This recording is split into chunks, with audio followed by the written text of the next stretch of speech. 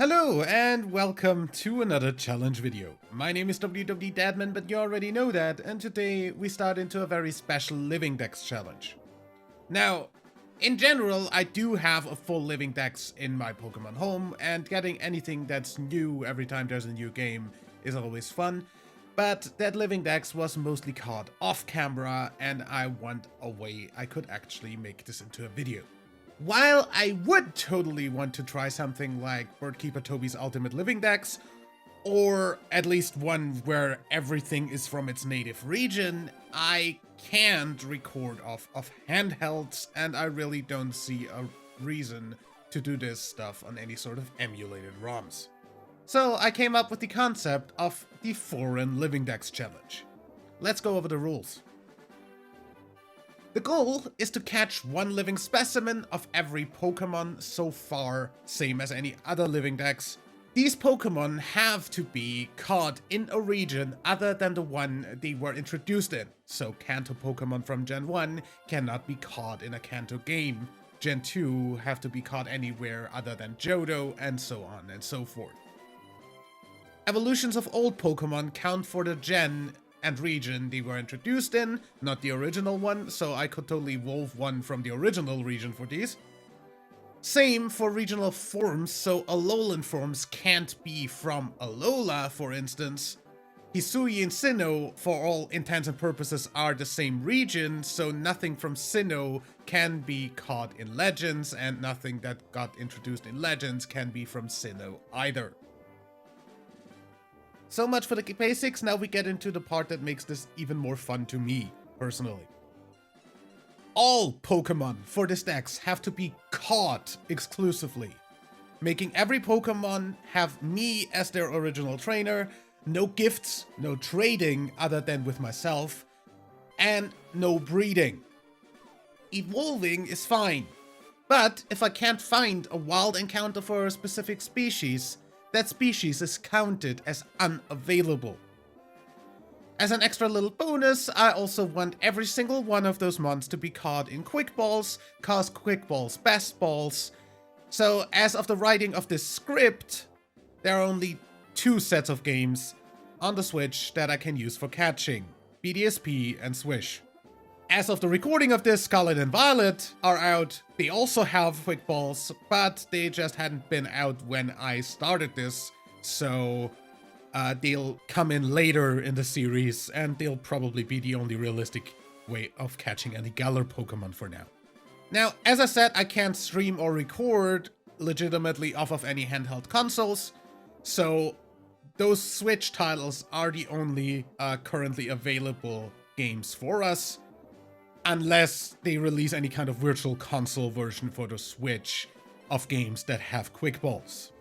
Legends doesn't have Quick Balls, so that will only be used for evolutions of Pokemon that can be caught in other versions, since if I transfer a Pokemon in, it will be transferred into a Strange Ball since the game doesn't have the normal Pokeball designs. But if I transfer that back out, it will be back in its original ball, so if I caught something in a Quick Ball, it will be in a Quick Ball afterwards. I will also go through the decks in numerical order, since if I did this without any sort of system, I'd end up having to constantly look up what I'm missing, instead of going to hunt for specific species right away. Yes, that also might take longer, but I'm in no hurry to complete this, so this video will cover the first 151 Pokemon, so the entirety of Gen 1, and I guess I'll split these videos by gen for the remainder of the series as well. So this is probably also gonna be one of the longest videos, seeing as there's the entire introduction as well as 151 species to go over.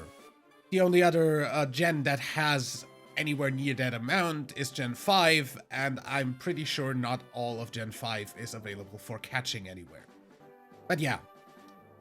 Of course, I will not start a new save file for most of this, cause it makes no sense to play through all the games if I only need to catch mons in Quick Balls, which aren't even available early on, and none of the one-time gifts or encounters of regional legendaries will even be of any help, since none of those fit the challenge requirements anyway. So, with the basics being covered, let's get into the games. Our first targets are of course the Kanto starters, which can be caught in the underground of Brilliant Diamond. So after a lot of running in and out of this room, I catch 3 Bulbasaurs and evolve one into Ivysaur and one all the way up to Venusaur. Up next is the Charmander line, same hunting method, different room type. Also took a while, but that adds Charmander, Charmeleon and Charizard to the list. And the final starter line is the Squirtle line, which again is the same general area, but yet another room, adding Squirtle, Wartortle and Blastoise. For the next line, we switch over to Sword, where we get a Caterpie on Route 1 and 2 Metapod in the wild area, one of which we evolve into Butterfree. The next line would be the Weedle line. Now, the only game on our list that has them is Shining Pearl in the underground after getting the National Dex. Now, I didn't have a save for that at the time, so we'll come back to that at the end of this video. The Pidgey line similarly is only available as a daily swarm encounter in BDSP, and there currently wasn't one, so I just kept checking whenever I played for the next few times, so we'll come back to this later as well. The Rattata line is available in BDSP on Route 225 and 226, so we run around there for a while and catch Raticate, and then after a while a Rattata. Same spot also has Spearow and Fearow, who we also catch, and then it's back to the underground for 2 Ekans, one of which we evolve into Arbok. Pikachu is next, so we go back to Sword, Route 4, and catch 2 of them, evolving one of them into Raichu. Next up is Sandshrew, so we get 2 of them in the little tunnel on the Isle of Armor, evolving one into Sandslash. Up next, both Nidoran lines, all of which we get in the Crown Tundra. Then it's back to Brilliant Diamond for 2 Clefairy in Mount Cornet, one of which we evolve into Clefable. By transferring it over into Sword real quick, cause I have a ton of Moonstones over there while I have none in Brilliant Diamond. While we're over here, we fly to Route 3 and catch 2 Vulpix and evolve one into Ninetales. Over on the Isle of Armor, we get 2 Jigglypuff, one of which we evolve into Wigglytuff, and Zubat and Golbat in a cave on the Crown Tundra. In the wild area, we catch an Oddish, and while looking for a Gloom, this happens.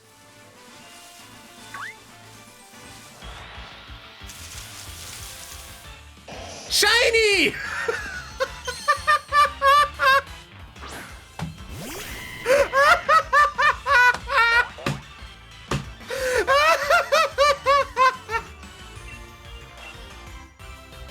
What the fuck?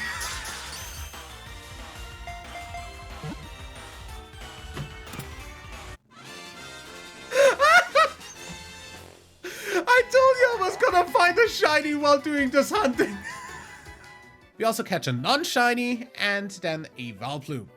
Up next, back to Brilliant Diamond and get to Paris and evolve one into Parasect. Then we get Venonat and Venomoth in the same room type. Back to Sword and get to Diglett and evolve one into Dugtrio.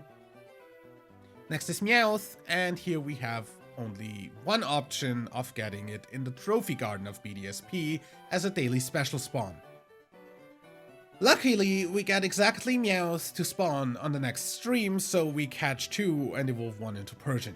For Psyduck, we surf in the starting town of BDSP, and after a few more encounters, we also find Golduck there. Mankey and Primeape are again on Route 226 as Poke Radar encounters, so we get those.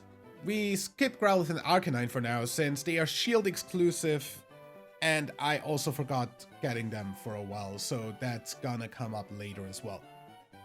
So we catch 3 Poliwags and get that line done.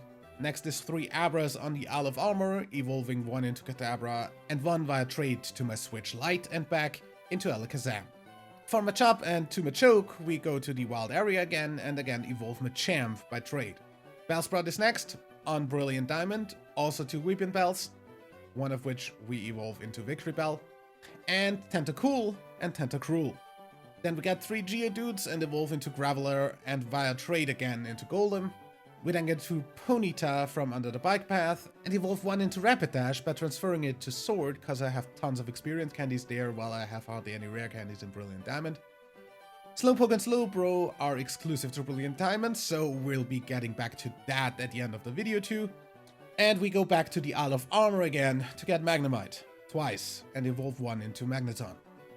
Farfetch'd and 2 Doduo, one of which we evolve into Dodrio, are next in the underground again. We also find Growlithe down there, so no need to go get that from Shield anymore. We get 2 of it and also evolve into Arcanine. We then get a Seal and a Dugong, as well as 2 Grimer, evolving 1 into Mach.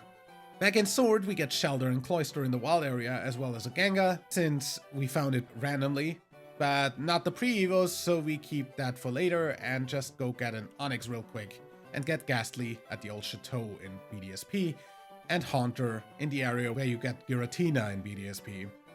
Drowsy is next, twice to evolve 1 into Hypno from the underground, and back to Sword for Krabby and Kingler.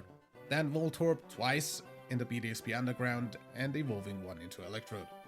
Next we get 2 Execute, evolving 1 into Exeggutor, then Cubone twice, evolving 1 into Marowak. Lickitung is next, and then we get to the Coughing line. Coughing we get in Sword, but Wheezing is only in Dynamax Adventures, so we get it in BDSP instead. Normal evolution of Coughing would of course only yield a Galarian variant in Sword and Shield, and we don't really have a way of catching a Coughing outside of Sword and Shield, so no way of getting that at the moment. Rhyhorn and Rhydon also get caught in the underground, and Chansey in Sword, along with Tangela.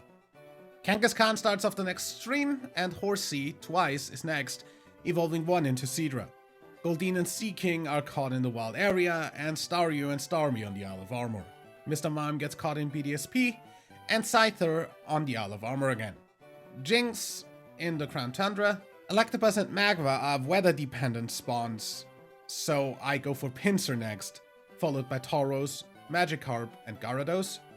Next would be Lapras, who is a 1% fishing encounter in Sword. It really didn't want to bite, and in the next stream, another weather-dependent spawn we skipped earlier was available, the Hitmons. So we get Hitmonlee in the wild area, then go back to fishing for a while, and this happens.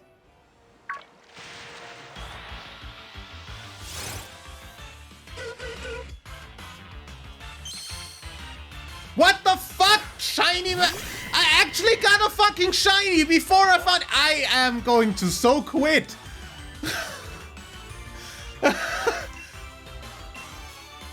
Trying to get a 1% fucking Lapras gets a fucking shiny Mantine instead. Lapras still didn't bite, so we get Hitmonchan in the same spot as Hitmonlee, but in Shield. And on the next stream, this happens.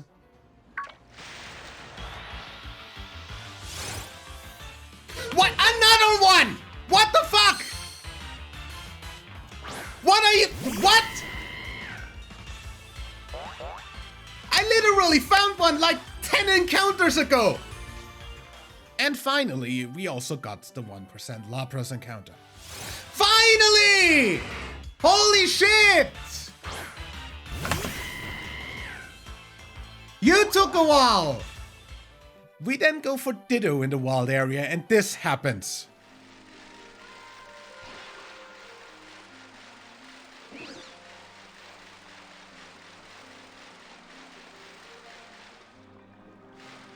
You're kidding.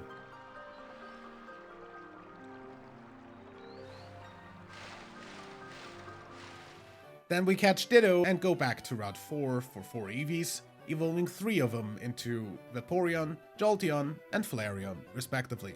Also, we get Magma randomly in the Crown Tundra, so that is off the list. Up next, the fossils, which can be caught in the Crown Tundra.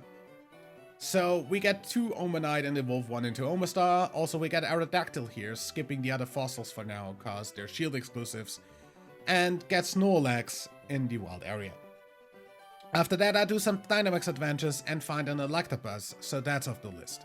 Then in Shield, we get Kabuto twice, once for the evolution into Kabutops, and I fish up 3 Dratini in the Crown Tundra and evolve 2 into Dragonair and Dragonite. Back to Dynamax adventures, and we find an Alolan Marowak, so that's added to the collection as well. Also, we go search for the legendary birds and Mewtwo in there, and instead find this. Wait.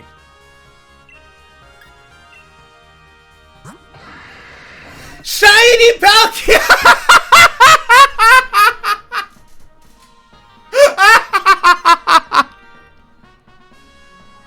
No fucking way!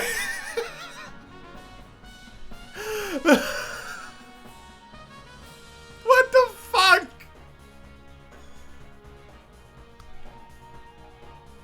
I wasn't even shiny hunting! We find Articuno next, and Alolan Raichu after that, and then Moltres. Then we finally get the Pidgeyswarm in BDSP, so we get 3 of them and evolve into Pidgeotto and Pidgeot, before going back and getting Zapdos from the Dynamax Adventures. Porygon is also only available in here, so we get that, and after that Mewtwo. Alolan Dugtrio and Persian also show up eventually, and before getting Alolan Sandslash, since it wouldn't show up, and it is the last mon to get from Sword, we get 2 Slowpokes in the underground, along with 3 Weedles on Shining Pearl, evolving 1 Slowpoke into Slowbro, and Weedle into Kakuna, and then Beedrill. So last is the Alolan Sandslash, so after a felt 1000 Dynamax Adventures, we finally get it. In between though, this happens. Wait, that's a shiny! What the hell? No way!